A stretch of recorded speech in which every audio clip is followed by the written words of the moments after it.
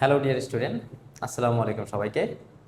আজকে আমি তোমাদেরকে গতির একটা ইকুয়েশনকে গ্রাফের মাধ্যমে কিভাবে উপস্থাপন করতে হয় বা গ্রাফের সাহায্যে কিভাবে প্রুভ করতে হয় সেটা দেখো। দেখো, গ্রাফে আমি বোর্ডে লিখে রাখছি যে গ্রাফের সাহায্যে S equal UT plus half AT square এই সমীকরণের প্রতিপাদক। তো চলো এই সমীকরণটা কিভাবে প্রতিপাদন করতে হয় এটা আমরা দেখি। প্রথমে আমরা একটা সমীকরণ জানি গতির, ভি ইকুয়াল ইউ প্লাস এটি, ইউ প্লাস এটি।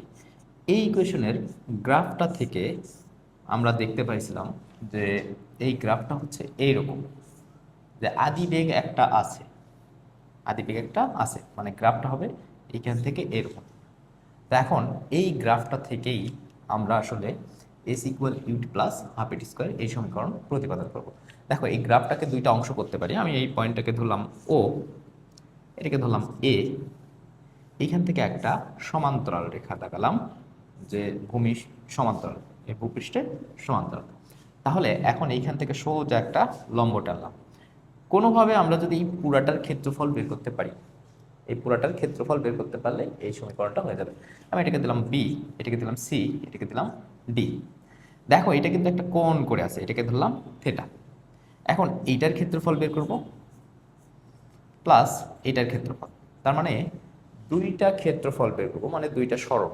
তাহলে দেখো এটা কিভাবে করতে পারি আমরা, এটা হচ্ছে, তাহলে এই টোটাল যেহেতু বের করবো, তাহলে টোটাল বের করার জন্য প্রথমে দেখো এইটা কি, এটা হচ্ছে সময়, ঠিক আছে। আর এইটা কি, এটা হচ্ছে ইউ। এবং এইটুকু দেখো, ইউ এর পর পরের অংশ যখন গেছে এটা কিন্তু, এইটুকু কিন্তু ভি, ঠিক আছে। আর এইটুকু কিন্তু টি, এটা কিন্তু টি। তাহলে দেখো, এটা টি হলে এইটা টি, এটা ইউ হলে এটাও কি ইউ। ওকে, দেখো এইটা হচ্ছে ইউ। এটা যদি ইউ হয়, একটা নির্দিষ্ট বেগ থেকে সে কিন্তু যাত্রা শুরু করছে, তার মানে উপর দিকে যখন যাবে এটা হবে কি ভি।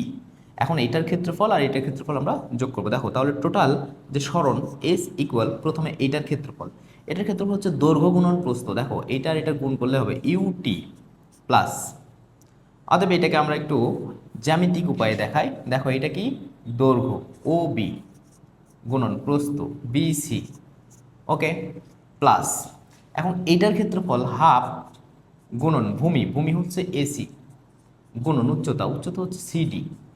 এখন আমাদের এই কয়েকটা মান যদি বসাই দেই তাহলে কিন্তু এই ইকুয়েশনটা সলভ হয়ে যাবে। দেখো এখন দেখো ওবি মানে কি, ওবি মানে টি, বসাই দিলাম। এরপর বিসি, দেখো বিসি মানে কত ইউ, বসাই দিলাম। হাফ এসি মানে, দেখো তো এসি মানে টি। সিডি, এই যে সিডি, সিডি মানে কত ভি। তো এখন দেখো এইখান থেকে আমাদের তো ভি বসালে এই সমীকরণ আসতেছে না। যেহেতু এই সমীকরণ আসতেছে না, তাহলে আমরা এখান থেকে আগে সিডির এখান থেকে একটা ফর্মুলা পাবো। দেখো ঢাল, ঢাল ইকুয়াল কি tan theta, tan theta equal M, M equal লম্ব বাই ভূমি। দেখো তো লম্ব হচ্ছে সিডি ডিভাইডেড ভূমি হচ্ছে এই যে এসি।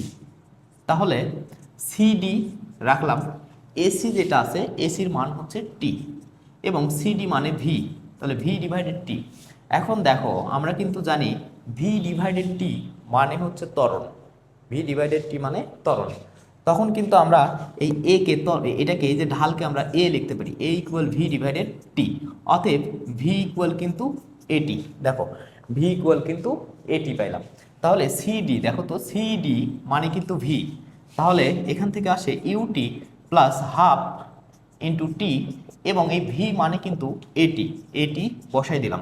তাহলে আসতেছে ইউটি প্লাস হাফ, এই দুইটা গুণ করলে হবে এটি স্কোয়ার। দেখো আমাদের সূত্র কিন্তু হয়ে গেছে, S equal UT plus half AT square. আশা করছি সবাই এই সূত্রটা বুঝতে পারছো।